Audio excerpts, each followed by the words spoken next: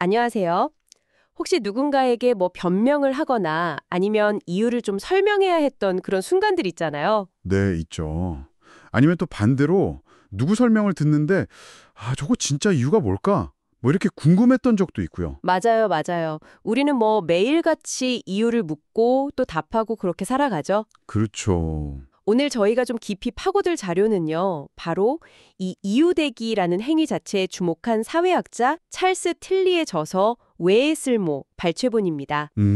왜 우리는 그냥 행동하지 않고 끊임없이 이유를 댈까요? 그 질문이 정말 핵심인 것 같아요.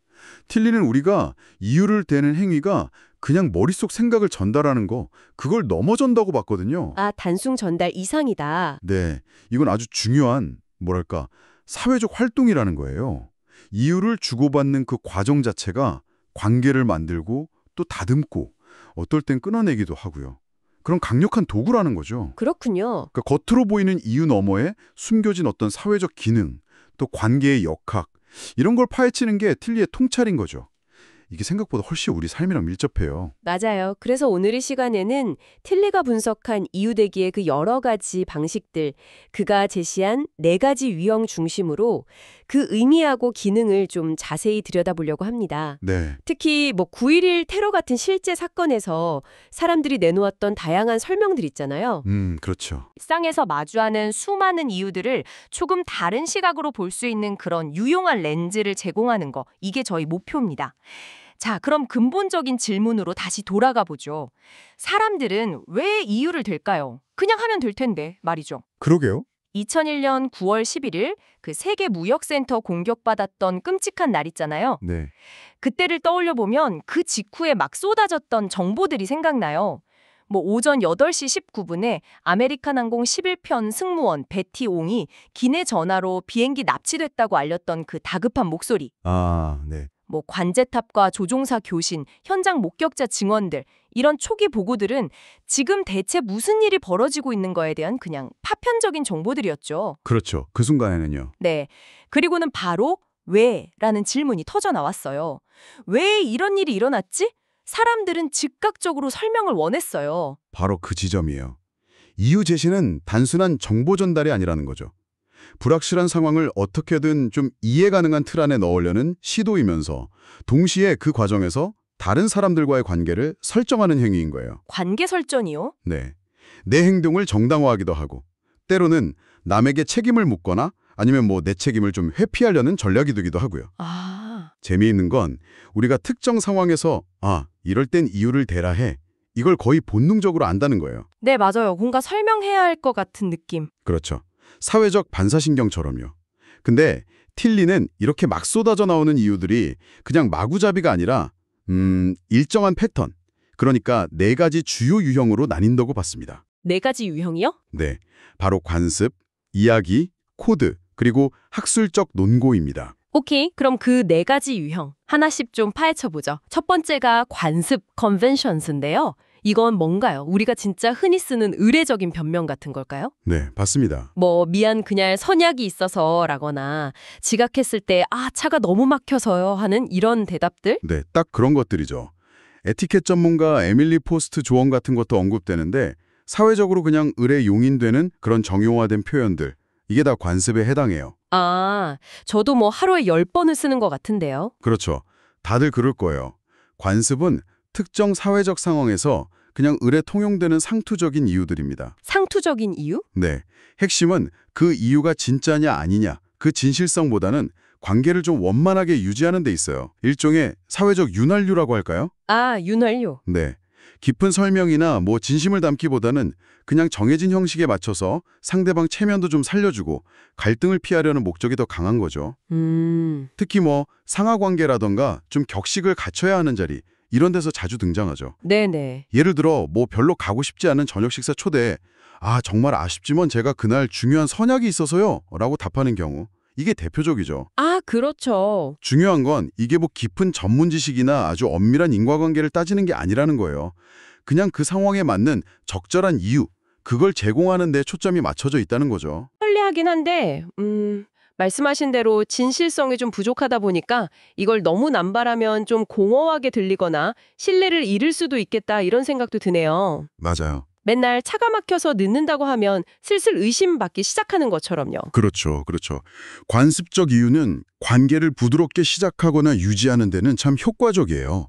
근데 깊은 신뢰를 쌓거나 아니면 좀 심각한 문제를 해결하는 데는 분명히 한계가 있죠. 네. 바로 여기서 이제 두 번째 유형인 이야기가 중요해집니다. 아, 이야기. 이건 관습보다는 훨씬 구체적이고 뭔가 생생한 느낌인데요. 네, 그렇죠. 원인과 결과, 그리고 등장인물이 있는 그런 설명 방식일 것 같아요.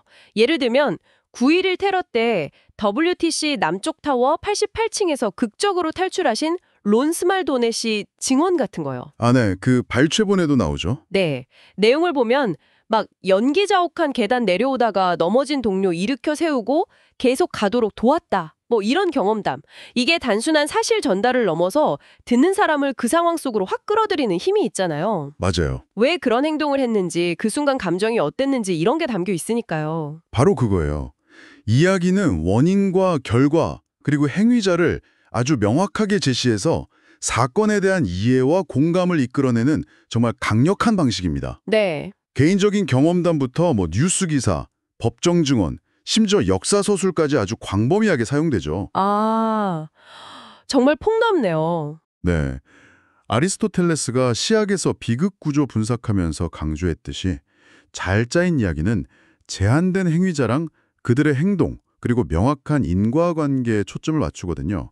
그래서 복잡한 현실을 이해하기 쉽게 만들어줘요. 아, 단순화시키는군요. 그렇죠. 그래서 설득력이 매우 높아요. 하지만 바로 그 단순화, 이게 또 함정이 될 수도 있어요. 함정이요? 네. 이해를 돕기 위해서 특정 인물이나 원인에만 너무 초점을 맞추다 보면 사건의 더 넓은 맥락, 이나 어떤 구조적인 원인 혹은 다른 중요한 행위자들, 이런 걸 놓치게 될 수가 있거든요. 확실히 이야기는 감정적으로 확 와닿고 기억하기도 쉬운 것 같아요. 근데 듣다 보면, 진짜 그 사람 때문일까? 혹은 그 원인 때문일까? 다른 이유는 없을까? 이런 의문이 들 때도 있죠. 네, 맞아요. 단순화의 힘이 강력한 만큼 때로는 좀 비판적으로 들을 필요도 있겠네요. 그렇죠. 자, 그럼 세 번째 유형인 코드스로 넘어가 볼까요? 이건 이름부터 뭔가 좀 전문적인 냄새가 확 나는데요. 네, 그렇죠. 법률 용어나 의학 용어처럼 어떤 특정 집단 내에서만 통용되는 규칙 같은 걸까요? 정확히 짚으셨습니다.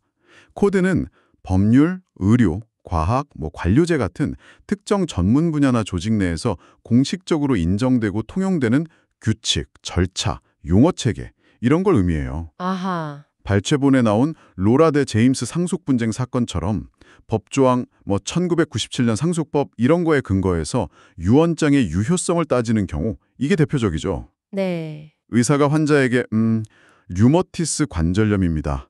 코드 M69.9 이렇게 진단명 내리는 것도 마찬가지고요. 아, 그 코드 안에 많은 정보가 함축되어 있겠네요. 네. 이 코드는 특정 증상, 검사 기준, 치료법 등을 다 함축하는 아주 복잡한 의료 지식 체계랑 연결되어 있는 거죠. 아하.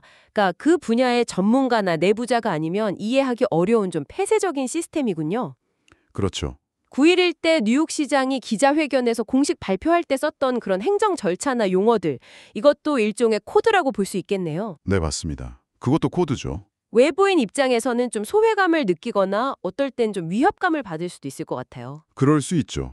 코드는 해당 분야의 권위와 질서를 유지하는 아주 중요한 기능을 해요.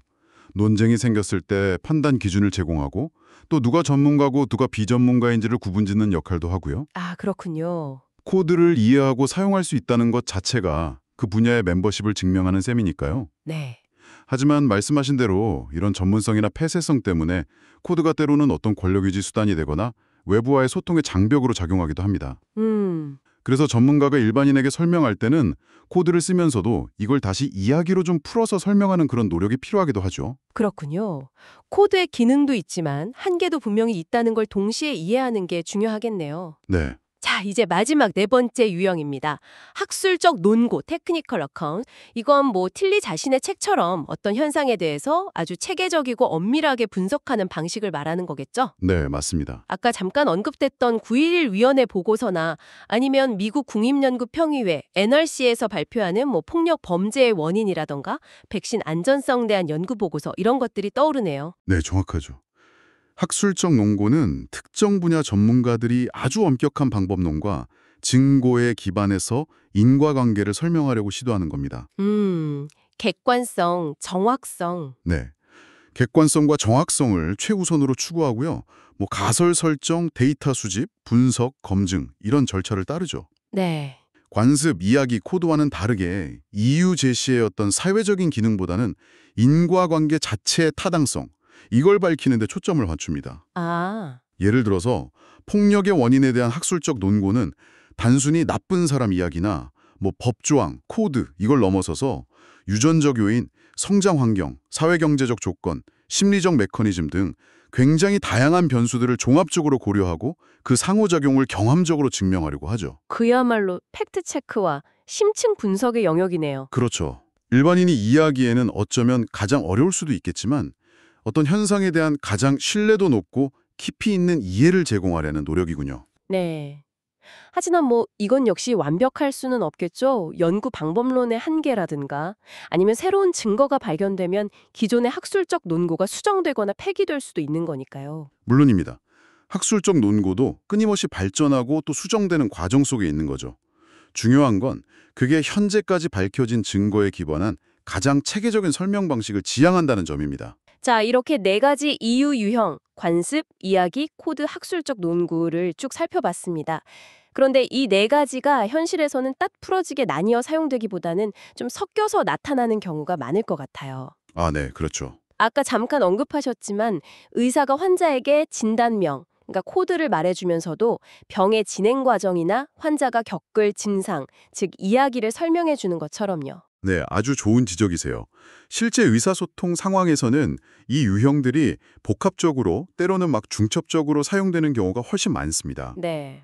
틸리가 이 네 가지 유형을 제시한 것은 현실을 뭐 완벽하게 분류하겠다 이런 것보다는 우리가 사용하는 이유의 성격, 그리고 그것이 수행하는 사회적 기능, 이걸 더 명확하게 이해하기 위한 어떤 분석 틀을 제공하기 위해서예요. 아, 분석 틀이군요. 네, 틸리가 이 유형들을 두 개의 축으로 정리하기도 했어요. 두 개의 축이요. 네, 한 축은 이유가 얼마나 보편적인 설명을 지향하는지, 예를 들어 관습이나 학술적 논구처럼요. 아니면 구체적인 상황에 초점을 맞추는지, 이야기나 코드처럼요. 이걸 나타내고요. 보편적이냐 구체적이냐. 네, 다른 한 축은 이유가 얼마나 공식적인 절차나 규칙에 의존하는지, 코드나 학술적 논구처럼요. 아니면 비공식적인 관계나 이해에 기반하는지, 관습이나 이야기처럼요. 이걸 보여줍니다. 공식적이냐 비공식적이냐. 아. 예를 들어 미안 바빠서 이건 관습적 이유잖아요.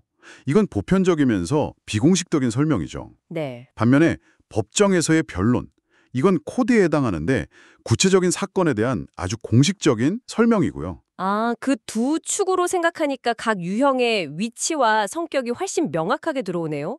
관습은 보편적 비공식, 이야기는 구체적 비공식, 코드는 구체적 공식, 학술적 논고는 보편적 공식. 이 좌표 평면 위에서 우리가 지금 어떤 종류의 이유를 쓰고 있는지가 딱 보이는군요. 그렇죠. 결국 어떤 유형의 이유를 선택하고 이걸 또 어떻게 조합하는지가 말하는 사람이랑 듣는 사람 사이의 관계, 그리고 그 상황의 맥락에 따라서 달라지는 어떤 전략적인 행위다. 이런 말씀이시죠? 바로 그렇습니다.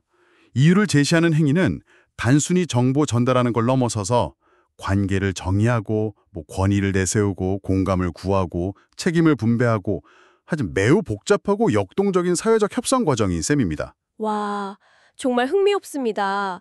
그렇다면 이 틀리의 분석 틀이 오늘 이 내용을 듣고 계신 당신에게는 구체적으로 어떤 의미가 있을까요? 이걸 아는 것이 일상생활이나 직장에서 어떻게 도움이 될 수 있을지 궁금해지는데요. 이 틀은요. 당신이 다른 사람들의 말을 좀 더 깊이 있게 이해하는 데 도움을 줄 수 있어요. 아, 남의 말을 이해하는데요. 네, 상대방이 제시하는 이유가 그냥 단순한 관습적 표현인지, 예를 들어 죄송합니다, 규정상 어쩔 수 없습니다, 이렇게 말하는데 사실은 재량권이 있는데도 말이죠. 네, 그런 경우 있죠. 아니면 정말 진솔한 사정을 담은 이야기인지 사실 어젯밤에 아이가 아파서 한숨도 못 잤어요. 뭐 이런 거요. 아, 혹은 전문적인 코드, 의학적 소견으로는 예후가 좋지 않습니다. 이런 코드를 통해서 자신의 권위를 강조하면서 당신과의 거리를 딱 두려는 건지 이런 걸 분별할 수 있게 되죠. 네네. 예를 들어 직장 동료가 협업 요청을 거절하면서 그냥 지금 너무 바빠서요. 관습? 라고 할 때랑 제가 지금 맡은 A 프로젝트 마감이 다음 주인데 B 부분에서 기술적 문제가 생겨서 그거 해결하느라 지금 정신이 없어요. 혹시 다음 주 이후는 어떠신가요? 이야기. 라고 할 때는 그 의미나 관계에 대한 함의가 전혀 다르겠죠. 그러네요. 이유의 내용뿐만 아니라 그 이유의 형식이나 유형을 파악하는 것만으로도 상대방의 의도나 어떤 관계 설정을 읽어내는 단서가 될 수 있군요. 네, 이건 진짜 의사소통 과정에서의 오해를 줄이고 정보를 좀 더 비판적으로 수용하는 데 분명히 도움이 될 것 같습니다. 그렇죠. 예를 들어 어떤 정책 발표를 들을 때도 그게 주로 설득력 있는 이야기 중심으로 막 구성되어 있는지 아니면 좀 전문적인 코드나 통계 기반의 학술적 논고를 제시하는지 이런 걸 보면 그 발표의 성격이나 의도를 파악하는 데 도움이 되겠네요. 맞습니다. 그리고 또 당신 스스로가 이유를 제시할 때도 이 틀을 활용해 볼 수 있어요. 아, 내가 말할 때도요? 네. 상대방과의 관계, 또 상황의 맥락에 맞춰서 어떤 유형의 이유를 사용하는 게 가장 효과적일지 고민해 볼 수 있죠. 때로는 그냥 관습적인 표현으로 부드럽게 넘어가는 게 좋을 수도 있고 또 때로는 구체적인 이야기를 통해서 진솔하게 다가가는 게 필요할 수도 있고요. 네. 혹은 중요한 결정을 내려야 할 때는 감정적인 이야기에 막 휘둘리기보다는 객관적인 학술적 논고나 명확한 코드를 찾아보는 게 현명할 수 있겠죠. 오케이. 여기까지 정리해보죠. 오늘은 찰스 틸리의 왜의 쓸모를 통해서 사람들이 이유를 제시하는 4가지 방식, 관습, 이야기, 코드, 학술적 논고를 살펴봤습니다. 네, 중요한 것은 이유 제시가 단순한 설명 행위를 넘어서서 관계를 형성하고 관리하고 때로는 권력을 행사하는 아주 복잡하고 중요한 사회적 행위라는 점이었습니다. 그렇죠. 이 4가지 유형과 그것을 작동하는 방식을 이해하는 것은 세상을 그리고 우리 주변 사람들을 더 깊이 이해하는 강력한 도구가 될 수 있겠네요. 네, 맞습니다. 틸리는 이유 제시가 항상 관계 속에서 이루어진다고 강조했어요. 네, 관계 속에서. 그렇다면 마지막으로 이런 질문을 던져보고 싶습니다. 당신이 제시했던 이유가 상대방에게 받아들여지지 않았던 경험 한번 떠올려 보시겠어요? 거절당했던 이유? 네. 왜 당신의 이유는 통하지 않았을까요? 혹시 이유 자체의 논리가 부족했을 수도 있지만 어쩌면 당신과 상대방의 관계가 그 이유를 수용할 만큼 충분히 형성되지 않았거나 아니면 당신이 선택한 이유의 유형이 그 관계나 상황에 맞지 않았기 때문은 아닐까요? 아, 유형 선택의 문제일 수도 있다. 네. 예를 들어 아주 가까운 친구에게 맨날 습관적인 관습적 변명만 늘어놓는다면 관계가 좀 소원해질 수 있겠죠. 그렇죠. 반대로 공식적인 자리에서 너무 사적인 이야기만 늘어놓는다면 좀 부적절하게 비출 수도 있고요. 네, 그럴 수 있겠네요. 이처럼 이유가 거부당하는 순간은 역설적으로 그 이유와 관계의 본질, 그리고 사회적 맥락의 중요성에 대해서 많은 것을 생각하게 합니다. 이것이 중요한 질문을 던집니다. 당신의 이유가 통하지 않았을 때 무엇이 문제였는지, 혹시 관계나 맥락의 문제였다면 어떻게 다르게 접근할 수 있었을지 한번 성찰해 보는 것은 어떨까요?